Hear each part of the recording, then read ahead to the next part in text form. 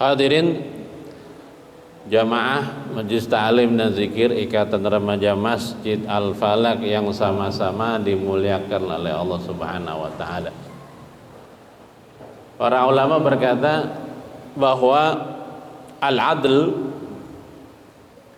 yaitu adil di mata syariat agama, adalah wad'u syai' fi mahallihi, yaitu meletakkan sesuatu tepat pada tempatnya.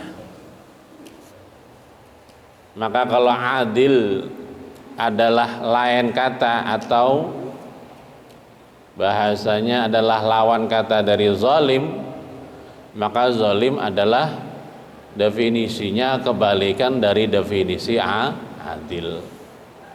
Kalau adil tadi adalah meletakkan sesuatu pada tempatnya, maka begitu ya, zalim kebalikan dari adil adalah tidak meletakkan atau meletakkan sesuatu bukan pada tempatnya. Apa ya, hal ini begitu penting karena banyak dari kita bahkan adalah orang-orang yang punya kegiatan di dalam satu unsur keagamaan lebih besar dibanding yang lain, tapi ketika melakukan sesuatu, banyak di antara kita atau orang-orang tersebut itu melakukan sesuatu yang tadi disebutkan, meletakkan sesuatu bukan pada tempatnya. Guru kami Al-Ustadz Qaimuddin bin Wagimin, beliau mengatakan, beliau ini adalah pengarang kitab Minhatul Hamid, ya, syarah dari Jawharut Tauhid dan kitab-kitab yang lain. Beliau mengatakan bukanlah sesuatu hal yang benar di dalam agama ketika kita itu mentaksir. Apa taksir? Mengisar. Jadi mendahului orang di dalam permasalahan ibadah.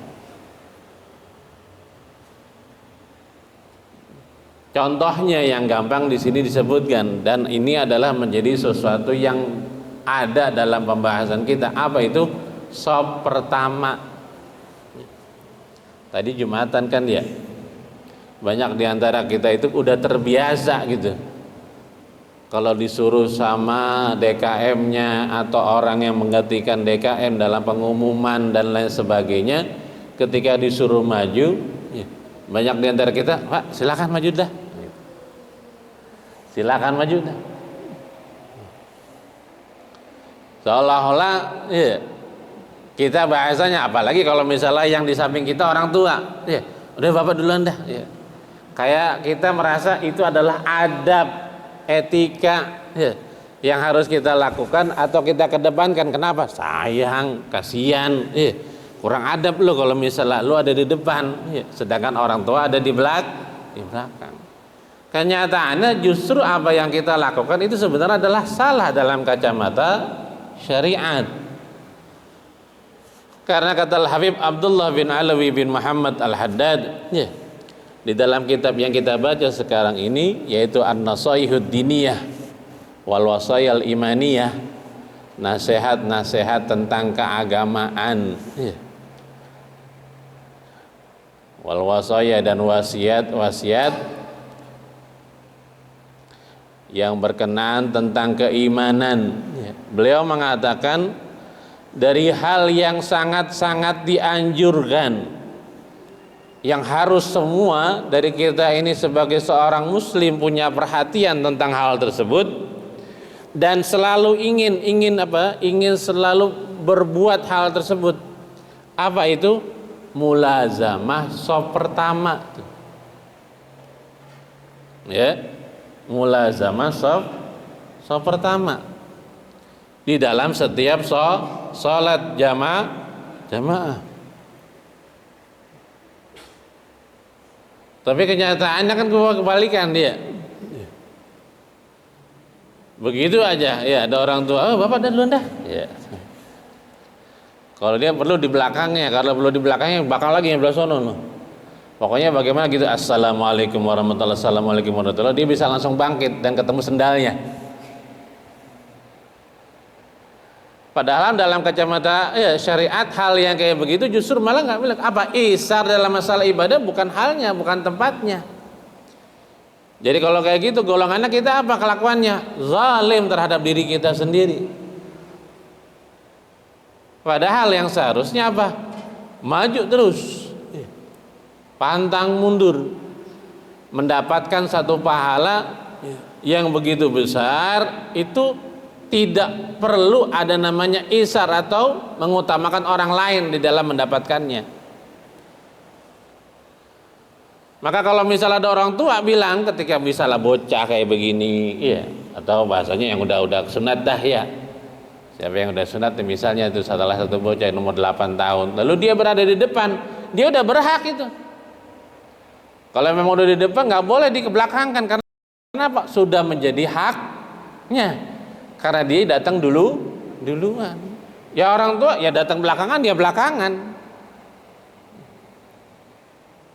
Ya. Nah kita kebalikannya, yang masalah ibadah justru isar, ya, mempersilahkan orang lain, tapi dalam masalah duniawi lah, ya, nggak ada namanya isar-isar pisan, ya, nggak ada namanya mendahulukan orang lain, ya. Kalau perlu nyikut-nyikutan, yang penting gue dapat duluan, kan begitu. Coba diumumin dah. Ini Pak RT udah pilihan udah. PRW. Udah satu. Iya, sekarang PRW udah terpilih. Iya. Konon kabarnya, iya. Ada dapat apa namanya? Dari Pemkot Bekasi duit 100 juta, betul ya? Iya. Ya itu kan buat anuan, bukan buat ente, bukan. Ya. Buat pembangunan di RW-nya, bukan buat kita bukan itu ya. Semisal kemudian Pak RW-nya yang sekarang terpilih, misalnya yang kemudian terpilih bilang, ayo ya datang ke rumah gua nih. Bagi orang yang sebagai anggota apa RW berapa kita ini? RW 08 datang ke rumah. Yeah. Satu orang dapat 100.000. Kira-kira kalau kita lagi kayak begini nih, lagi kayak begini, begitu ada pengumuman begitu, kira-kira masih tetap model kayak begini ya? Hah? Ya 100.000 doang gitu. Kata temannya, mayan itu 100.000, ya.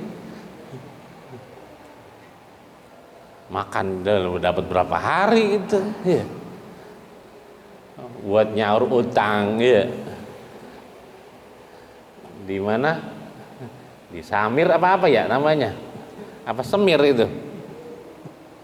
Lumayan itu dia. Iya. Enggak kok gitu ya.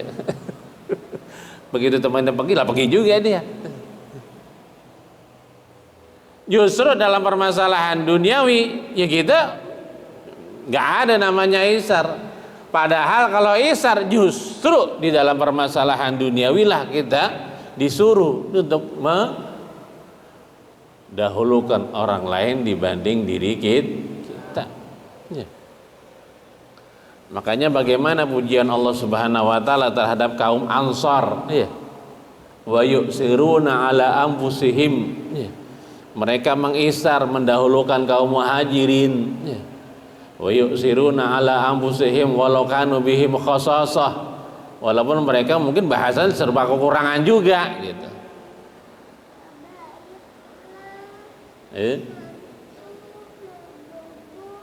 Nah ini permasalahan tadi yang awal apa? Shaf pertama. Nih. Jangan kemudian ya kalau bahasanya udah di sono dulu di belakang tuh ya. Ya, Allahu Akbar iqamat didiri dulu gitu ya. Nunggu semuanya udah penuh baru maju. Salah itu. Kata Imamul Hadid justru apa?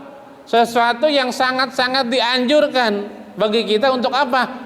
Memperhatikannya apa? Shaf pertama.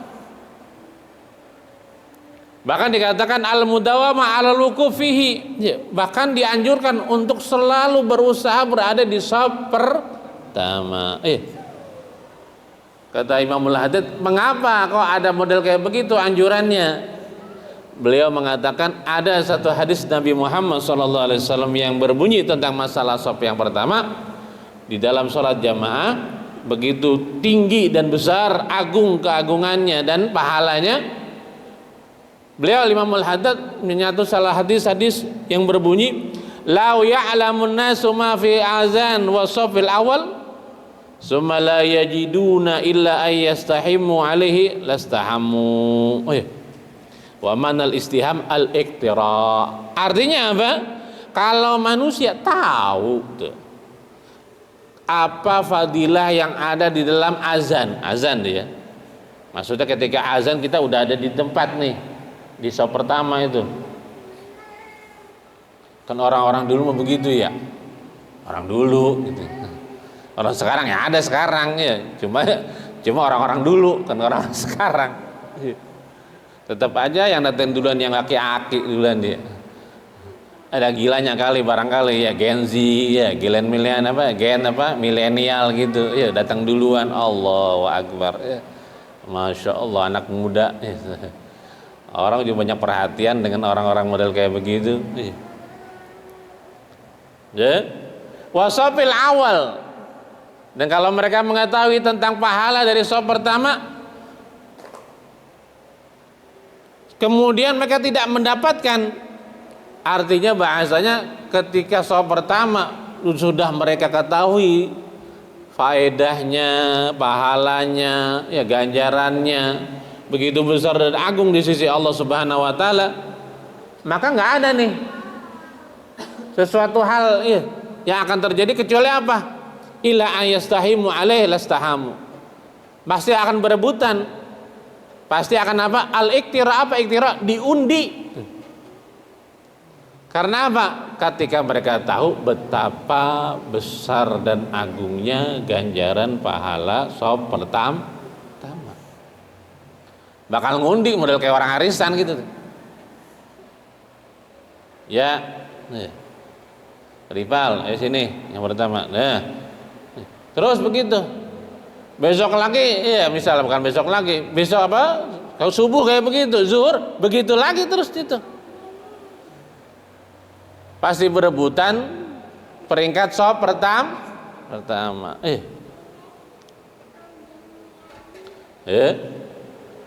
Inilah yang dibutuhkan bagi orang yang ingin sholat berjamaah. Untuk apa? Berada di shaf yang pertama, karena melihat begitu besar faedah dan fadilahnya. Nah kita terkadang kalau permasalahan model kayak begitu, karena pahala kan nggak kelihatan ya. Pahala juga nggak bakal kerasa di kantong, betul nggak? Duit kerasa di kantong, kalau pahala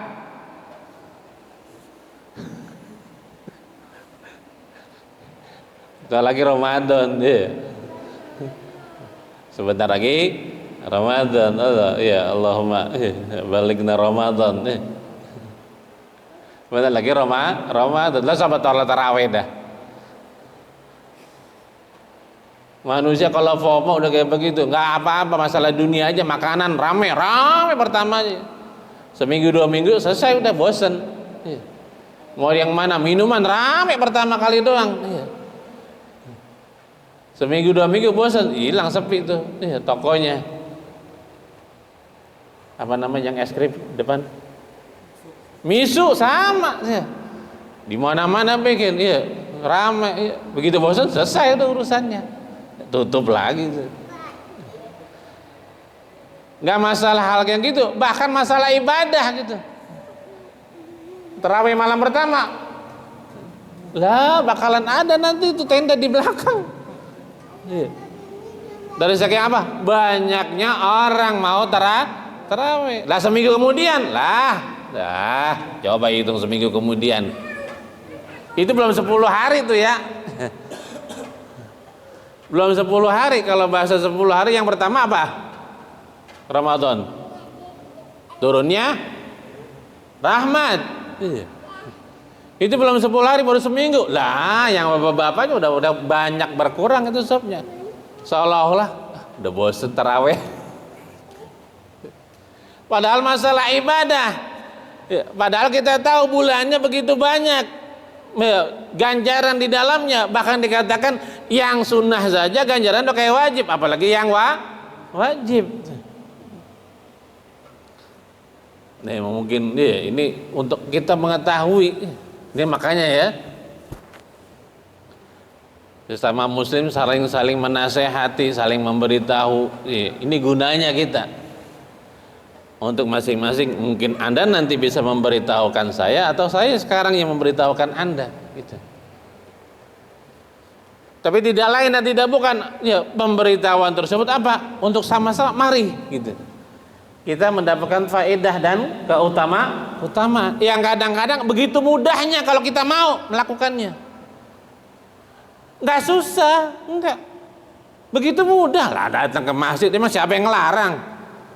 Ada kayak begitu model. Ya, Evan di depan gitu. Kalau misalnya masuk masjid suruh bayar 100.000 kali. Motornya parkirannya gitu 100.000. Nggak ada di sini mah. Yang ada mobil aja main-main tongkrong-tongkrong kayak gini aja. Iya. Dia kayaknya bilang, "Lah itu gak pernah bayar, itu main jogrogin doang." Tarik Ji, nah bilang gitu. Susah amat. Nah ini fadilahnya, gampang kita datang duluan dah. Iya, subuh-subuh besok nih, iya subuh-subuh. Iya. Sampai kalau misalnya masih belum marbota datang, kita udah datang duluan tuh. Wah, kata marbota, masya Allah. Gue belum ini kata belum tarhim dulu datang duluan. Gitu. Karena apa? Inginkan pahala sop pertama.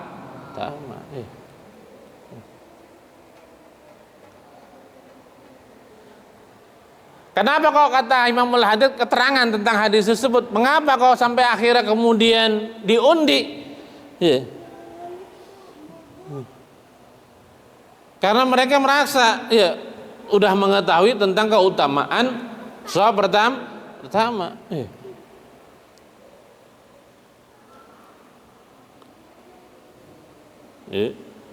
Makanya seperti itu ya. Kalau sahur pertama kan kita kagak perlu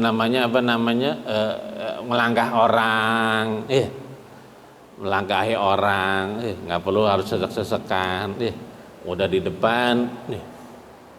Makanya sahur pertama, soft itu ini kalau misalnya antum biar paham nih ya, soft itu jangan dihitung kaki dulu, disamain kakinya jangan.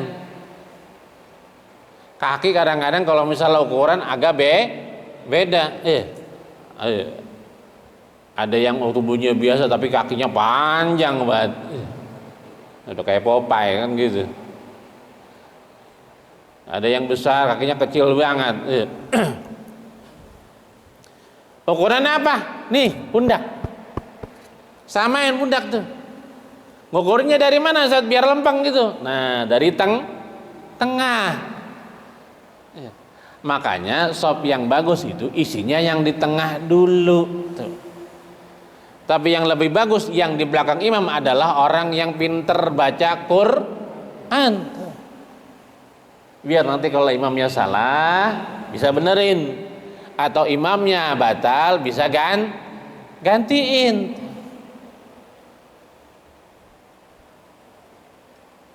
Ini udah nggak tahu apa-apa, yang ke depan aja. Begitu imamnya batal, bingung. Dia nengok ke belakang, nengok kanan, nengok kiri. Udah tahan nggak tahu apa-apa, bilang, mesti ngapain ini? Lah batal, udah urusannya kalau begitu mah.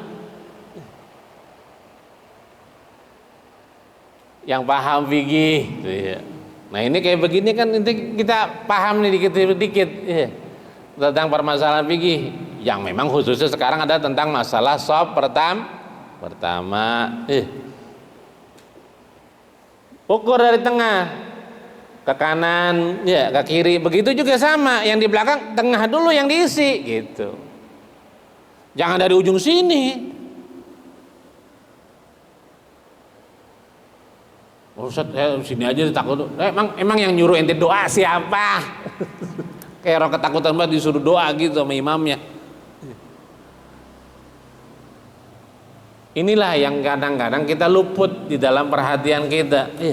bahwasanya dalam permasalahan kayak begitu justru apa? Nah itu tadi, tidak dianjurkan kita isar di dalamnya. Apa isar tadi? Mempersilahkan orang lain dibanding diri kita, mendahulukan orang lain dibanding diri kita. Makanya kata Imamul Haddad di sini dikatakan minas sunnati, ya, minas sunnanil muhimmah, jadi sunnah yang sangat penting, tapi banyak orang lalai dari sunnah tersebut. Apa? Taswiyatus sufuf,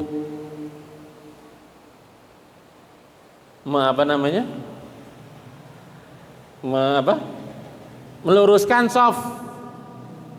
Itu sunnah. Bahkan Nabi Muhammad SAW saja kalau sebelum sholat keliling gitu.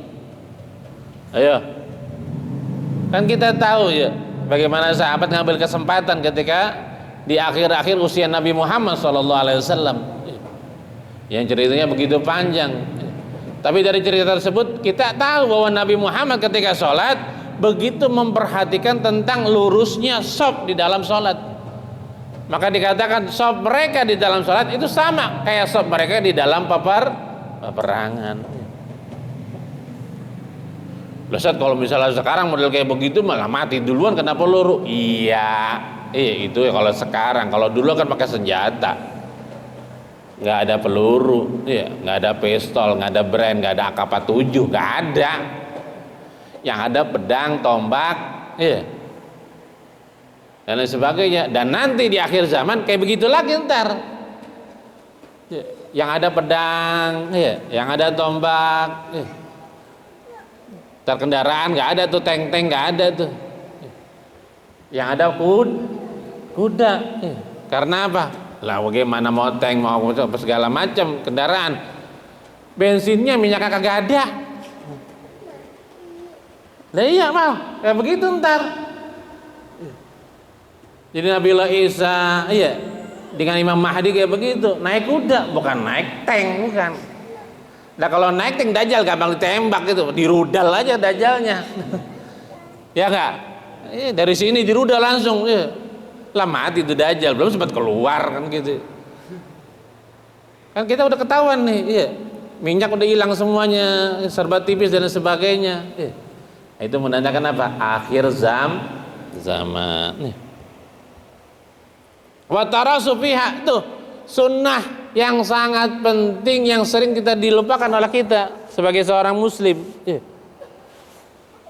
Padahal ini mungkin bisa jadi, walaupun mungkin nggak selalu jadi sebab utama. Apa kata Nabi Muhammad SAW di dalam satu hadisnya? Beliau mengatakan begini nih, ini perhatian buat kita. Kata beliau, la tusawunna sufufakum aw la yukhlafannallahu baina qulubikum. Hendaklah kalian luruskan shaf kalian, lurusin shafnya. Aw la yukhlafannallahu baina qulubikum, atau kalau nggak lurus, aw itu atau itu artinya kalau bahasanya, kalau ente tadi nggak dengerin apa yang disuruh, nah pelanggaran itu yang nggak disuruh, nggak dilakuin, berarti pelanggaran. Akibatnya apa? Allah Subhanahu Wa Taala akan bikin hati-hati kalian bertentangan satu dengan yang lainnya. Makanya sesama muslim nggak pernah ada yang cocok. Karena dari awalnya apa? Dari sholatnya aja shafnya nggak pernah diatur dengan rapi. Lah pengalaman kayak begitu ya. Pak, ditarik dikit aja tuh. Apalagi kalau misalnya kita sholat gitu ya, shafnya sono. Tapi begitu mau masuk nggak boleh tuh yang masuk. Alasannya apa? Sholat saya nggak tenang kalau begitu. Lah, bukan model kayak begitu kalau misalnya sholat mah. Sholat ibadah, syariat, maka yang ngatur adalah syariat. Shaf yang benar adalah rapat, lurus. Makanya kata-kata imam sebelum sholat apa? Sawu sufufakum. Tahu nggak artinya apa itu? Sawu, suruskan sufufakum shaf kalian. Fa inna tasyata sufuf min tamamis shalah. maka sesungguhnya lurusnya shaf itu termasuk dari kesempurnaan sholat. Atau yang kedua, sawu sufufakum fa inna tasiyatu sufuf min tamamis shalah, termasuk dari kesempurnaan atau dari iqamatis shalah, dari melaksanakan sholat.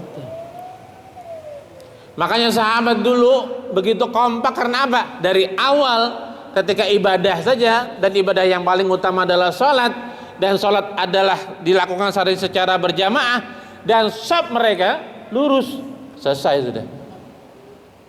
Dengan hal yang begitu awal pondasinya, yang begitu dasar pondasinya, menjadikan mereka ketika mereka mau kemana pun, menaklukkan Persia, menaklukkan Palestina, ya, sampai ke Spanyol, sampai ke Andalusia, semua segala macam bisa takluk. karena apa? Tadi awalnya ibadah sholatnya, shafnya, tasfiyahnya, lurusnya diperhatikan.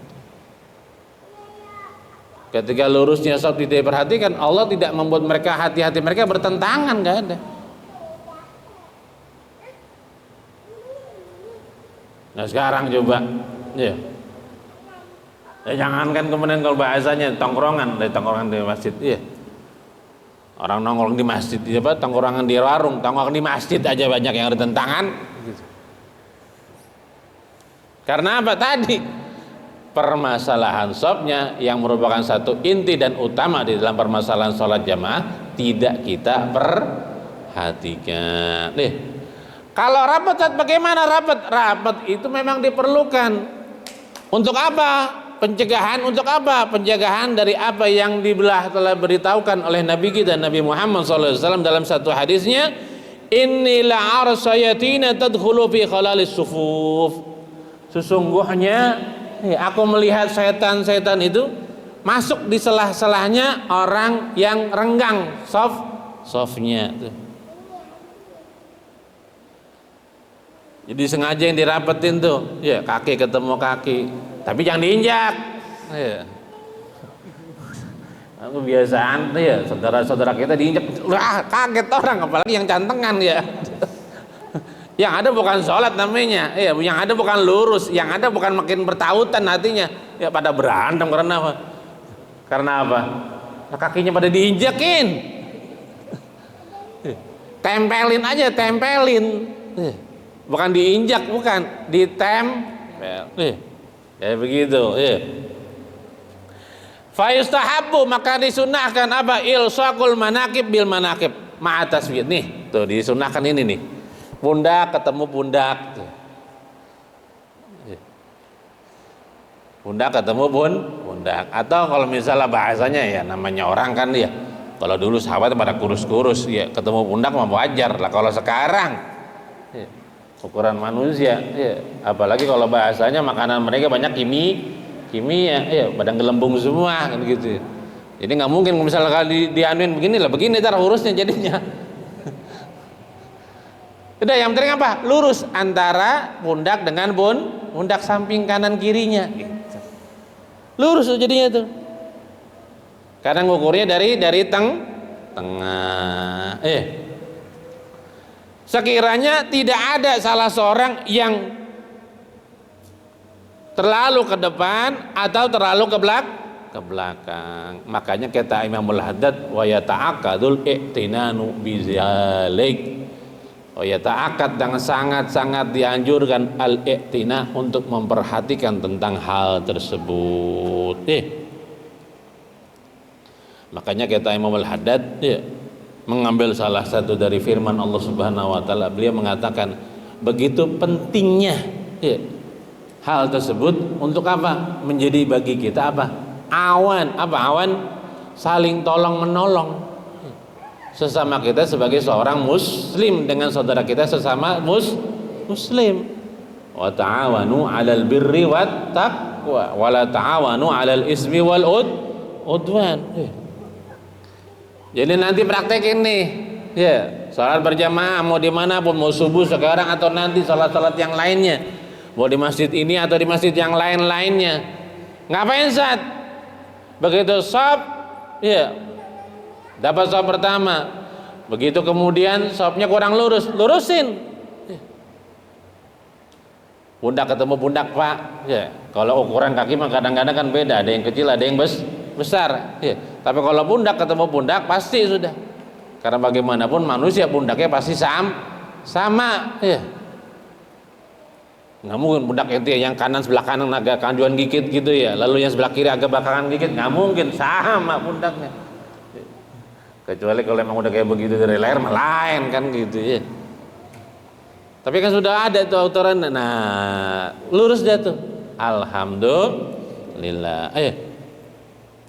Makanya kita mau melahadat, mudah-mudahan dengan hal tersebut, ya, dengan sabda Nabi kita Nabi Muhammad SAW, antara kita sesama sebagai Muslim akan makin bertaut. Hati kita satu dengan yang lainnya, makin bertaut, ya, makin kuat, ya. Ukhuwah Islamiyahnya makin kuat, ukhuwah Islamiyahnya akan makin kokoh Islam. Makanya sering kita dengar, ya, ada seseorang di satu daerah sana di dekat Palestina itu dan sebagainya. Kata mereka, ada orang nggak salat subuh tapi ngeliatin aja orang salat subuh. Begitu seterusnya berkali-kali, nggak sekali dua kali. Kenapa? Kok ente memperhatikan? Nah, kalau misalnya nggak sholat subuh kan ya bisa jadi dia bukan orang Islam, ternyata orang Yahudi. Kita dengar masing-masing. Sudah pernah baca itu kisahnya. Mungkin bisa nggak nyampe setahun, bahkan bertahun-tahun yang lalu. Mengapa bisa kayak begitu? Karena Yahudi nggak bakalan pernah bisa dikalahkan oleh umat Islam, kecuali kalau misalnya umat Islam sholat subuhnya udah memenuhi masjidnya ketika sholat jamaah subuh. Tapi dilihat subuhnya, ya alhamdulillah penuh, ya. Penuh soal bisa jamaahnya, penuh yang kosong ya penuh. Subuh 1 shop, 2 shop, ya alhamdulillah. Tapi ketika makin banyak bertautan, makin kokoh. Kata Habib Umar, nggak usah ente pakai senjata, nggak usah ngangkat senjata dan sebagainya. Kita kalau ngangkat senjata kalah. Lah lebih banyakkan mereka di dalam permasalahan senjata, rudal dan lain sebagainya. Tapi bagaimana hati Anda dengan Allah dan sesama muslim itu bisa saling bertautan erat. Kalau mau menolong Palestina, bagaimana caranya Ustaz? Ya kalau misalnya punya duit, tapi yang lebih utama apa? Giatkan kita, diri kita, untuk selalu berusaha mengamalkan apa yang menjadi wasiat di dalam khutbah Jumat. Apa itu? Imtisalu awamirillah wastinabun nawahi. Selalu melaksanakan apa yang diperintahkan oleh Allah dan menjauhi segala larangannya.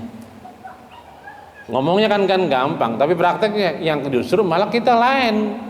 Justru makin banyak kita melakukan pelanggaran, tapi yang disuruh makin males kita melakukan. Maka insya Allah nih, kalau sudah tahu kayak begini, mari sama-sama perkokohnya nggak usah bahasanya pakai bacot dah. Datang nanti subuh, sholat jamaah, ya kan mungkin nggak di masjid ini semua, ada mungkin dari jamaah yang lain, tinggal di musola, ya di musola, di masjid ya di masjid, ramaikan. Sebagaimana juga, bahwa fadilahnya sholat berjamaah di masjid itu ketika subuh adalah apa? Memperlancar rezeki. Mudah-mudahan mungkin sebentar apa yang disampaikan, mungkin sedikit apa yang dipelajari, tapi insya Allah bermanfaat buat diri kita, buat istri dan anak keturunan kita dan orang-orang yang ada di sekitar kita. Mari sama-sama saling memberitahukan tentang kebaikan ini, saling punya rasa gitu. Jangan sampai kalau bahasanya udah biarin dah, di neraka nggak boleh kayak begitu tuh. Ente kalau cinta Habib Umar bin Habib bin Syekh Bakar bin Salim, Habib Umar nggak pernah model kayak begitu. Dia pasti akan narik nih saudara, begitu sesama muslim. Ya. Terus berusaha ditarik untuk apa? Untuk selalu ingat Allah. Mau bagaimanapun nanti caranya gitu. Bukan main cuek-cuekan, biarin deh, neraka bodoh amat. Nggak kayak begitu. Ya, ya, mudah-mudahan ya. Sedikit sebentar, tapi insya Allah akan menjadi pembendaharaan keilmuan bagi kita hingga makin memperlebar khasanah keilmuan kita. Amin amin ya rabbal alamin.